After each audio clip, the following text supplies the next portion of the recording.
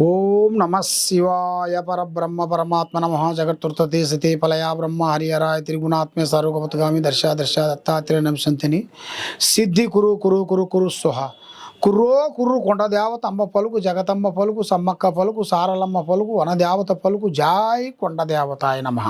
ప్రజలందరికీ నమస్కారము. 2025 డిసెంబర్ నెల మేషరాశి ఫలితాలు. ఈ మేషరాశిలో ఉండవలసిన వాళ్ళందరికీ అదృష్టము, జీవితము, లలాటకము, యోగము, స్థానబలము. మరి వీళ్ళు ఎన్నో రోజుల నుంచి ఎన్నో విధానాలుగా కష్టపడుకుంటూ పోరాడుకుంటూ ఎన్నో విధానాలుగా వస్తుంటారు. మరి ఏ విధంగా వచ్చినా కూడా ఆ లక్ష్మీ అమ్మోరు అనేది ఇలా చేతిలో నిలబడుకోకుండా చేతిగాడికి వచ్చింది నోటికి అందుకోకుండా పోతుంటుంది. మరి వీళ్ళు ఏ పూజలు చేసినా ఏ విధం కష్టపడ్డా కూడా దానికి ప్రతిఫలం లేకోకుండా చేతికాడికి వచ్చిన కొన్ని పనులు బ్రేక్ అయిపోతుంటాయి. అనుకున్న పనులు పెద్ద పెద్ద ఐడియాలు ఆలోచిస్తుంటారు, కానీ అవి చేతికాడికి వచ్చి ఏదో ఒక సమస్య వల్ల కొంచెం బ్రేక్ అయిపోతుంటాయి. మరి ఎందువల్ల అవుతున్నాయి ఏమిటా అనేది చాలామందికి చాలా సందేహాలు ఉన్నాయి.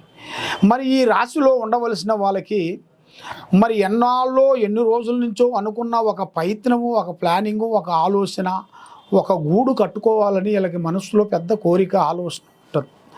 మరి ఆ గూడు కట్టలేని పరిస్థితిలో ఇప్పుడు వరకు ఎన్నో బాధలు పడుకుంటూ కష్టాలు పడుకుంటూ వచ్చిన వాళ్ళందరికీ ఇప్పుడు ఒక మంచి అవకాశం రాబోతుంది.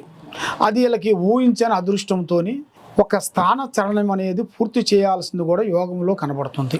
మరి ఇలా జాతక యోగంలో చూస్తే విద్యారంగంలో కూడా చూసుకుంటే విద్యారంగంలో కూడా మంచి విద్య, పెద్ద పెద్ద ఆలోచనలు, విద్యలో కొంచెం విదేశాల ప్రయాణాలు, అక్కడ కొంచెం డెవలప్మెంట్ కావటం.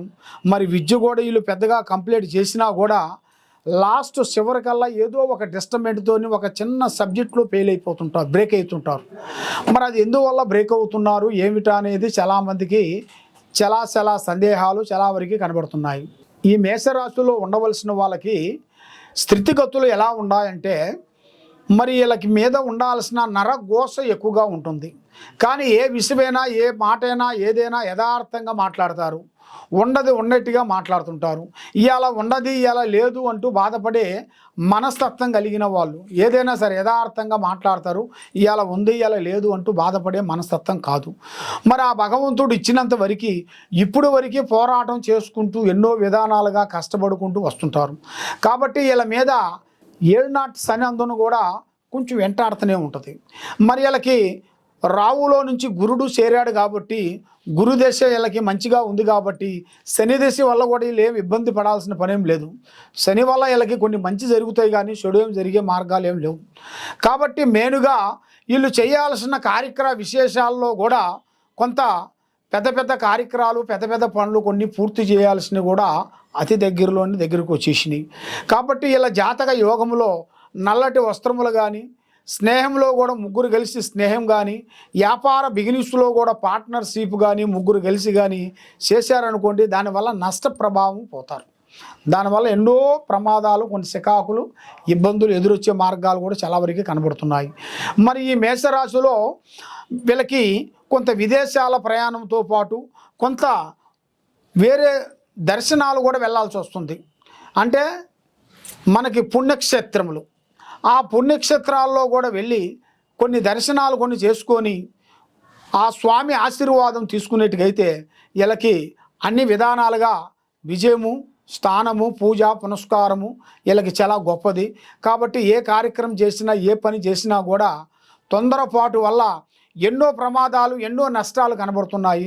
ఆ తొందరపాటు లేకోకుండా నిదానంగా ఆలోచించి ఆచితూచి అడుగేయండి. తొందరపాటు వల్ల ఎన్నో నష్టాలు, ఎన్నో చికాకులు, ఎన్నో ఇబ్బందులు ఎదురొచ్చే మార్గాలు చాలా వరకు కనబడుతున్నాయి. కాబట్టి మీరు ఏ కార్యక్రమం చేయాలనుకున్నా, ఎక్కడ పోదామన్నా కూడా ముఖ్యంగా దైవ అనుగ్రహం అనేది చాలా ఇంపార్టెంట్. మరి ఆ దైవ అనుగ్రహం లేనిది మనం ఏ పని చేయలేము. ఆ దైవ అనుగ్రహం మనకి కలగాలంటే, ఆ దైవ అనుగ్రహం అనేది మనకి రావాలి అంటే మీరు చేయాల్సింది ముఖ్యంగా ఆ దుర్గాదేవిని, అమ్మవారిని మీరు పూజించాలి. శ్రీ దుర్గాదేవిని, అమ్మవారిని మీరు పూజించి మరి మీరు శనివారం రోజున శ్రీ వెంకటేశ్వర స్వామికి 7 వారాల పాటు స్వామికి దర్శనం అనేది చేసి మనకు దగ్గరలో ఉండాల్సిన గుడికి వెళ్ళి 7 వారాలు శనివారం రోజున ఈ 7 శనివారాలు దర్శనం చేసేసి ప్రదర్శన చేయాలి. 11 ప్రదర్శనలు చేయాలి. అదే విధంగా 11 అలా చేసుకుంటూ 7 వారాల పాటు చేసినట్టుగైతే మీ మీద ఉండాల్సిన అష్టకష్ట దరిద్ర దోష నివారణ అనేది శాంతం అవుతుంది. ఆ లక్ష్మమ్మోరు నిలబడుతుంది, మనసు శాంతిగా ఉంటుంది. మరి మీరు ఏ కార్యక్రమం అనుకుంటారో ఆ కార్యక్రమాలలో మీకు 100% మీకు కరెక్ట్గా సక్సెస్ అయ్యే మార్గాలు కూడా కొన్ని కనబడుతున్నాయి. కాబట్టి ఎన్ని రోజుల నుంచి మీరు ఎదురు చూసే కొన్ని కార్యక్రమాలు అతి దగ్గరలోనే కొన్ని రాబోతున్నాయి. ఆ భగవంతుడు దయ వల్ల మీరు ఏ కార్యక్రమం చేసినా ఎక్కడ పోయినా కూడా ఎదుటివాడి డైరెక్షన్ కానీ ఎదుటివాడి మాటలు కానీ మీరు నమ్మారనుకోండి చాలా వరకు మోసపోతారు.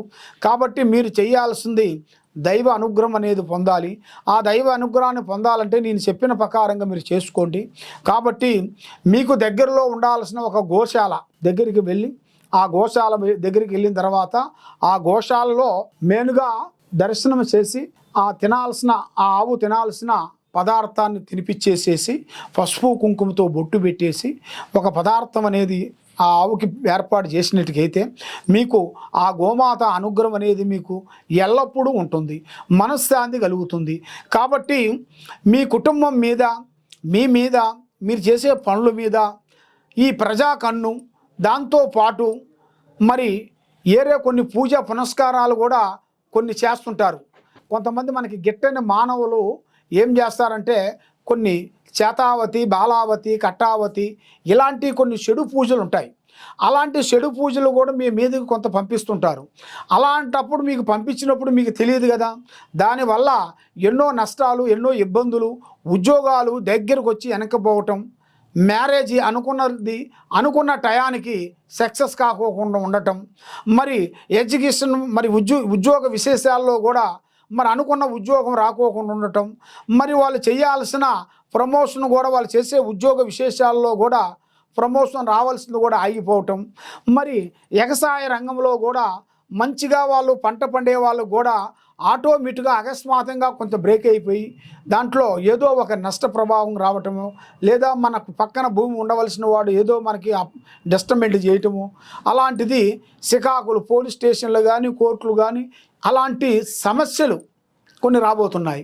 అలాంటి సమస్యలన్నీ మీకు రాకోకుండా ఉండాలంటే తప్పకుండా ఈ కింద ఉండాల్సిన నెంబర్కి మాకు ఒకసారి సంప్రదించినట్టుకైతే మీ పేరుని బట్టి, సమయాన్ని బట్టి, మీ జాతక యోగాన్ని బట్టి ఎలా ఉందనేది మీ స్థితిగతులను మేము చూసి చెప్పగలుగుతాం. సర్వో జనా సుఖినో భవంతు. ఓం నమః శివాయ నమః.